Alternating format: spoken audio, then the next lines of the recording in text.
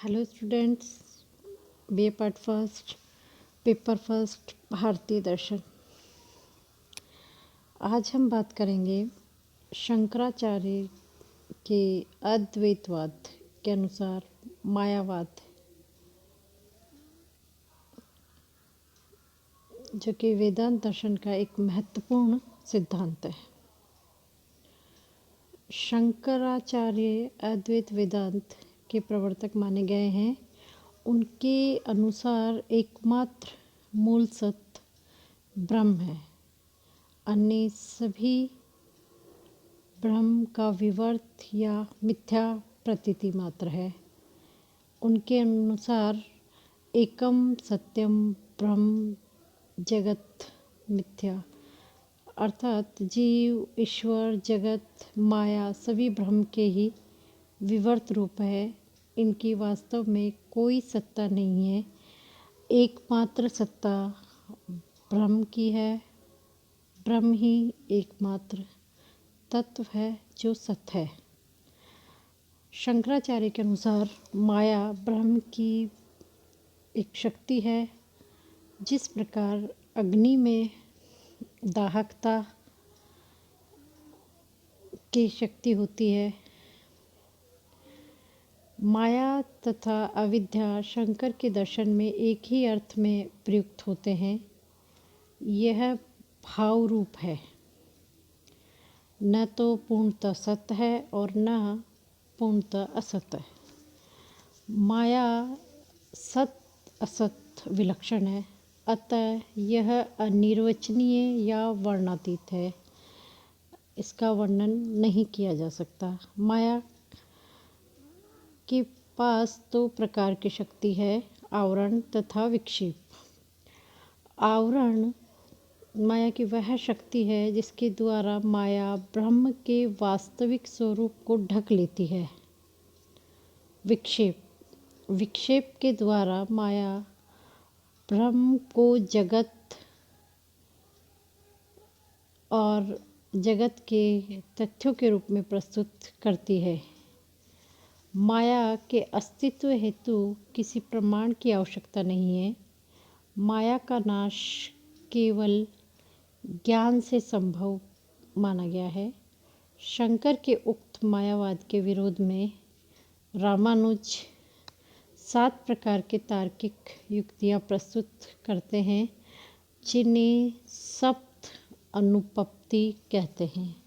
और ये 7 अनुपत्तियां इस प्रकार है: आश्रयानुपत्ति, तिरोधानुपत्ति, स्वरूपानुपत्ति, अनिर्वचनीय अनुपत्ति, प्रमाणानुपत्ति, निवृत्तकानुपत्ति और निवृत्त्यानुपत्ति।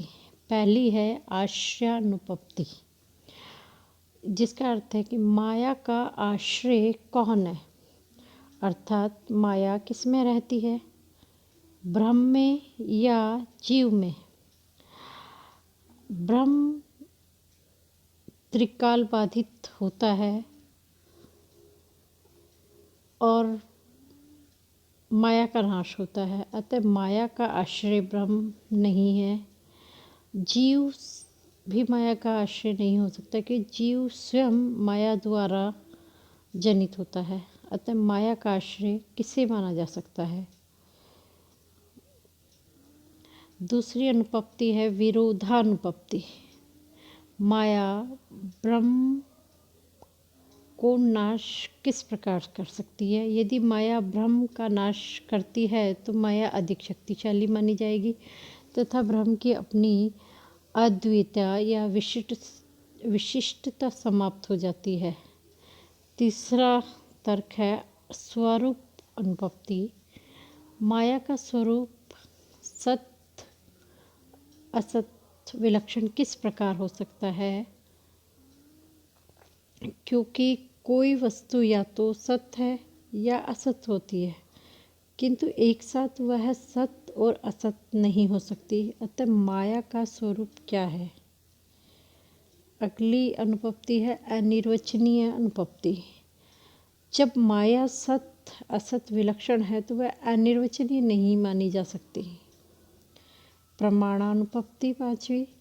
यदि माया का स्वरूप सत असत विलक्षण के रूप में स्वीकार किया जाता है तो उसके अस्तित्व हेतु कोई न कोई प्रमाण अवश्य होंगे। अतः माया के अस्तित्व हेतु क्या प्रमाण है?